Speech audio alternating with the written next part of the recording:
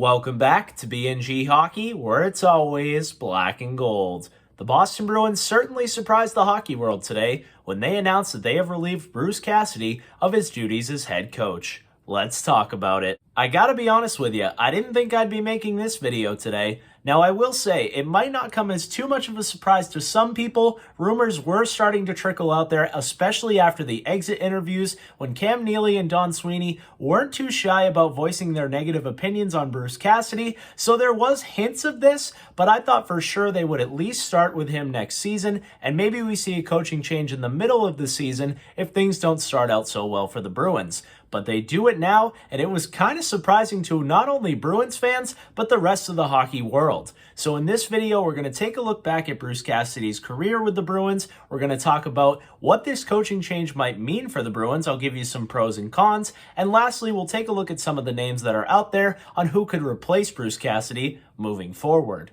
Taking a look back on Bruce Cassidy's career, I think a lot of people forget that he was an NHL head coach before with the Washington Capitals. That didn't go so well in the early 2000s, and that's what eventually led him to the Bruins organization, where he spent a total of 14 seasons. He coached the Providence Bruins for quite some time, did such a fantastic job that it eventually got him the promotion to head coach at the NHL level when the Bruins finally moved on from Claude Julien in the 2016-17 NHL season.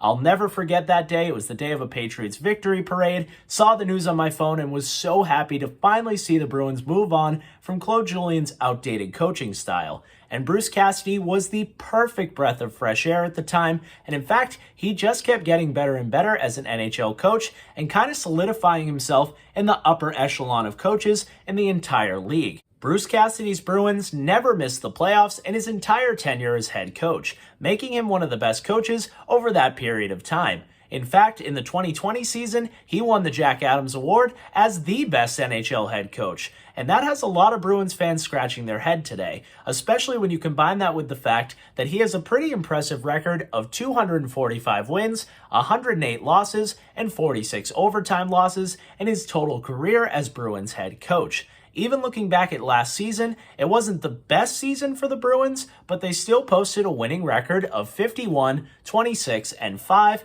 and I know they lost in the first round, but they made it all the way to Game 7 against a pretty darn good Carolina Hurricanes team, and that series really could have gone either way. So it's hard to see why we're putting the blame on Bruce Cassidy and why we think he's not one of the better options when you're looking at head coaches throughout the entire league. Getting into the pros and cons, the biggest con for me is the fact that Bruce Cassidy always spoke his mind and kind of had a different mentality than that of Cam Neely and Don Sweeney. So a secondary con would be that not only are you losing a guy who's very honest with the media, with the fans, with the players, and the organization as a whole, you're also getting more of Don Sweeney and Cam Neely. I really don't think they're going to move on from those guys. To me, I want to shake up from the top with a guy like Cam Neely. I feel like he does know his hockey, but a lot of the time he's just kind of spitting out whatever the Jacobs want him to do. And I don't like how buddy-buddy he is with Don Sweeney, because it's one of those things, are they the best decisions for the team overall, or is it just that everybody's comfortable together? And Bruce Cassidy made them uncomfortable, so now he's gone. So that's definitely a big con from this decision. I also didn't love the timing of this firing. I really wanted to see them run it back with Bruce Cassidy one more time next season. I don't think Bruins fans realize, or the organization realizes, how tough of a start it's going to be next season. We still don't know if Bergeron will be back. We know for a fact that guys like Brad Marchand, Matt Grzelcyk, Charlie McAvoy are going to miss quite a bit of time at the start of the season, so it's going to be a rough start. And having a guy like Bruce Cassidy there to take the fall for the team mid-season might have been a better move. But I also don't love that now the new head coach has to come in with a team that's missing potentially 3 out of its 4 top players, either due to Bergeron not coming back or due to injury to guys like Marchand and McAvoy. And that's just not the best position to put your new head coach in, and could have been a very easy reason to fire Bruce Cassidy if you really wanted to do that.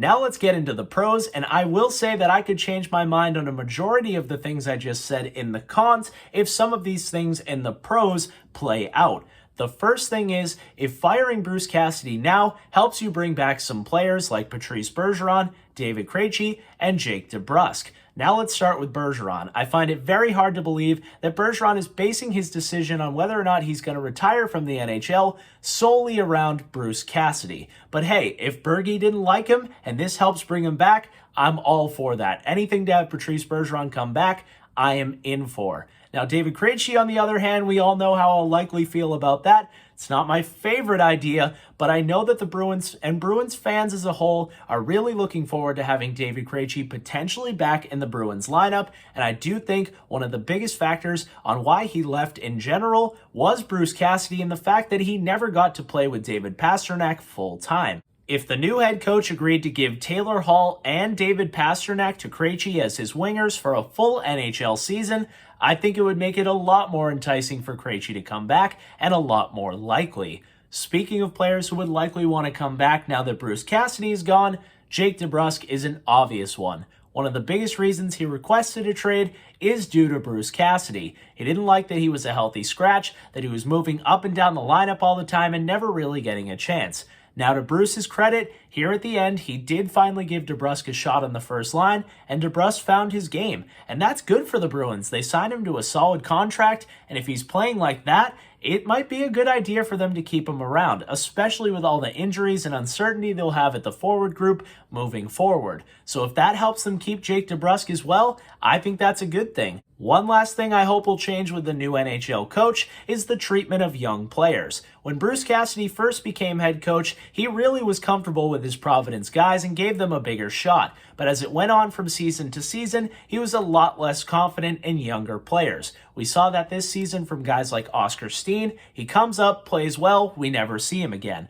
I think Bruce Cassidy has single-handedly ruined the development of Jack Studnicka by playing him too much on wing and not giving him a shot at center when he does get called up. Even a guy like Mark McLaughlin gets called up, pops in some goals, doesn't look out of place on the fourth line, we never see him again. And the Bruins are really going to need to start injecting some youth into this lineup and getting that next wave of Bruins. Having guys like Beecher, Lysell, Lohrei, all likely being ready to go by the end of next season, I want to see them in the lineup, and I want a coach who gives them a chance. And now that we move on from Bruce Cassidy, who is kind of getting frustrated by younger players, I think that will be a good thing for the Bruins moving forward. All of those pros and cons lead us to the biggest reason why I think Bruce Cassidy was fired today, and that's the fact that there is an absolutely insane amount of NHL head coaching candidates out there on the market today. It's a mix of guys who are either looking to get back into the NHL, have just been fired, have just stepped away, or are looking for their first chance and definitely have enough of a resume to get a shot at the NHL level.